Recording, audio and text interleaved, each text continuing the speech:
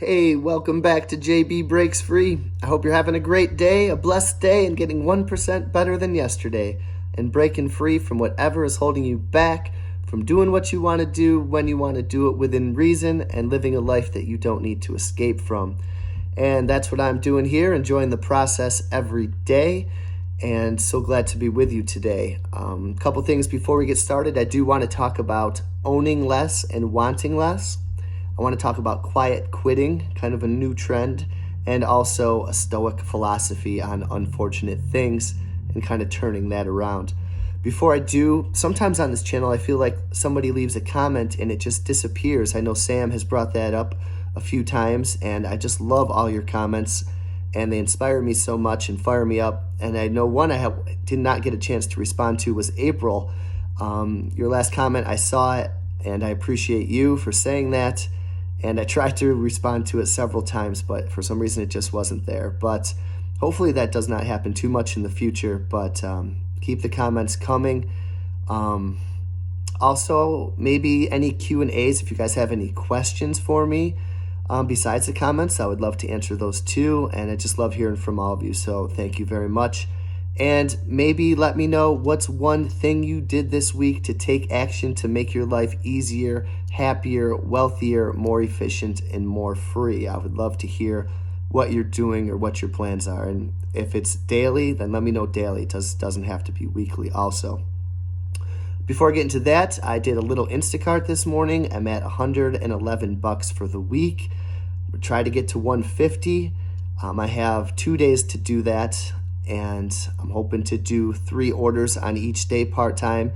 And there's this thing called Diamond Cart status now on Instacart, where if you do a certain amount of batches within a 3-month or 4-month period, you get priority access to batches, and I'm really close to that, and I'd like to accomplish that before Saturday comes and the new term sets.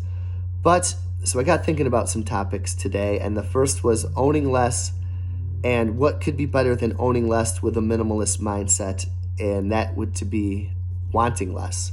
And what are the benefits of owning less?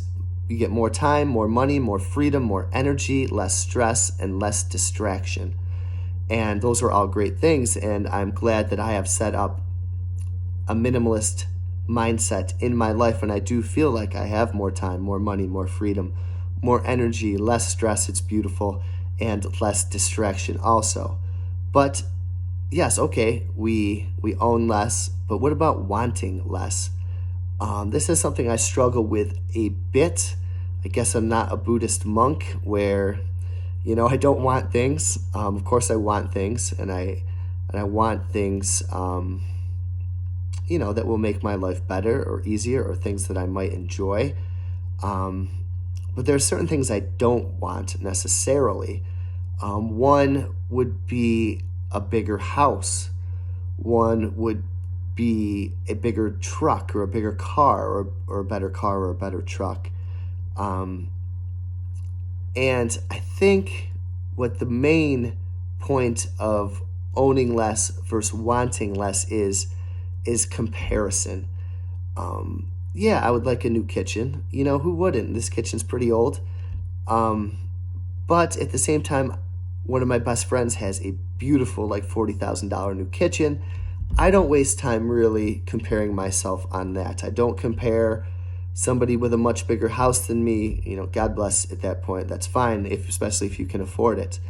One thing I struggle with, I want, is like silly things to collect that I've talked about on this channel before. Like that's the sort of stuff I want. Mainly, like, I don't know, records, cards, pins, vintage t-shirts, those are the things that I want.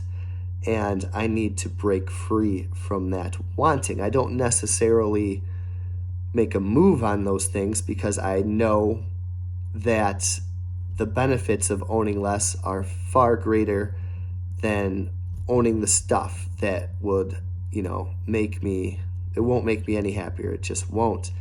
And who am I buying that stuff for? To impress, who? And it's just, none of that stuff matters. So breaking free from constantly comparing and wanting, and breaking free of the pursuit of money for more money and more stuff. So that is what we have to break free from, and I think I'm doing a pretty good job at that. I got a ways to go. But break free from the constant pursuit of more money for more stuff.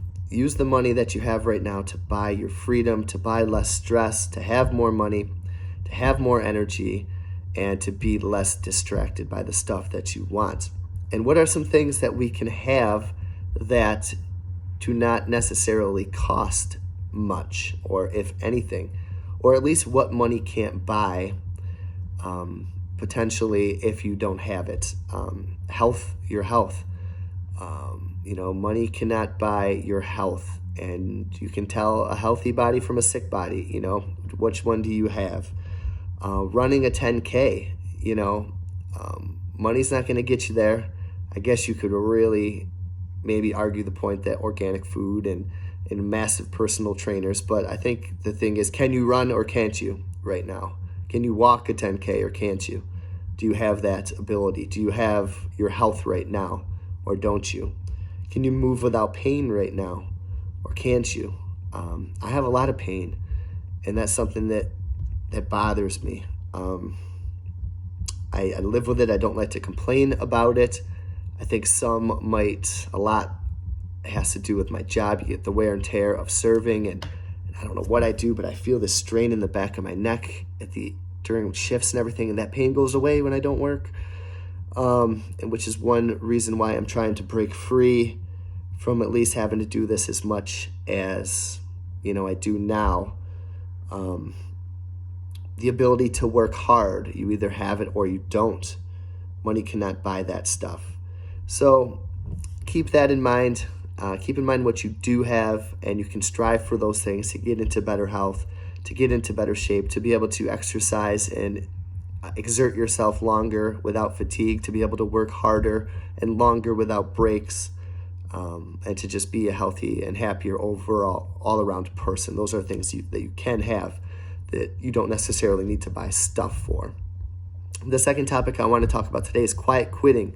This has kind of been a popular topic lately, and something perhaps that I have applied to my life in certain situations. You could maybe even say that I'm doing it now.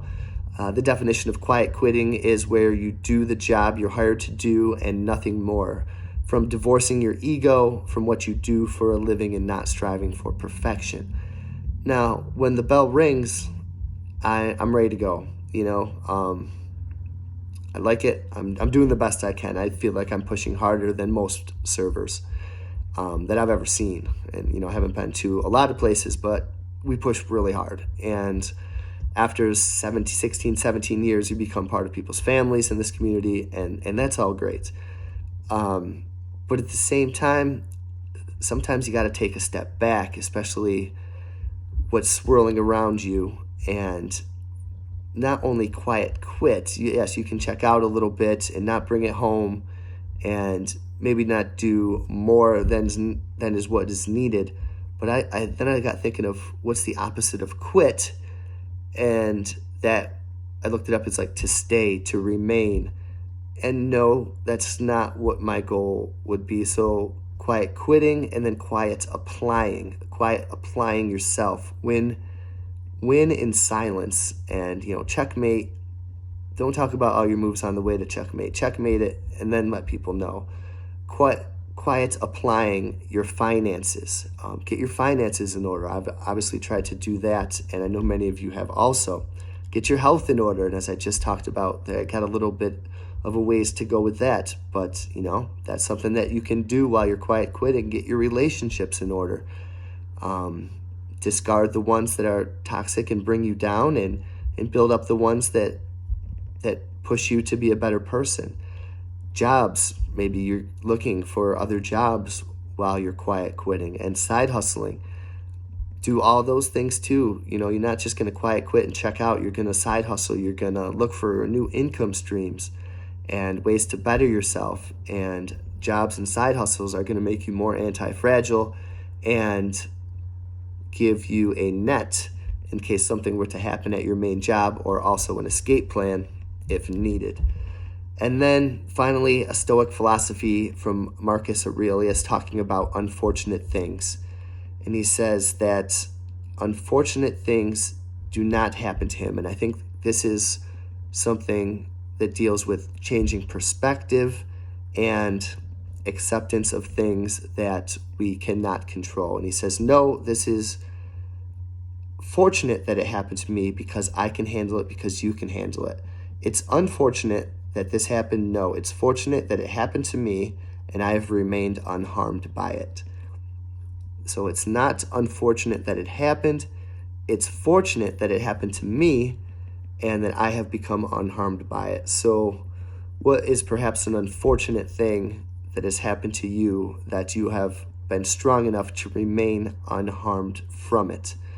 And that's, things happen in our lives that we have to be strong enough to handle. And some people can't handle those things, but I know that we can, and I know that I can.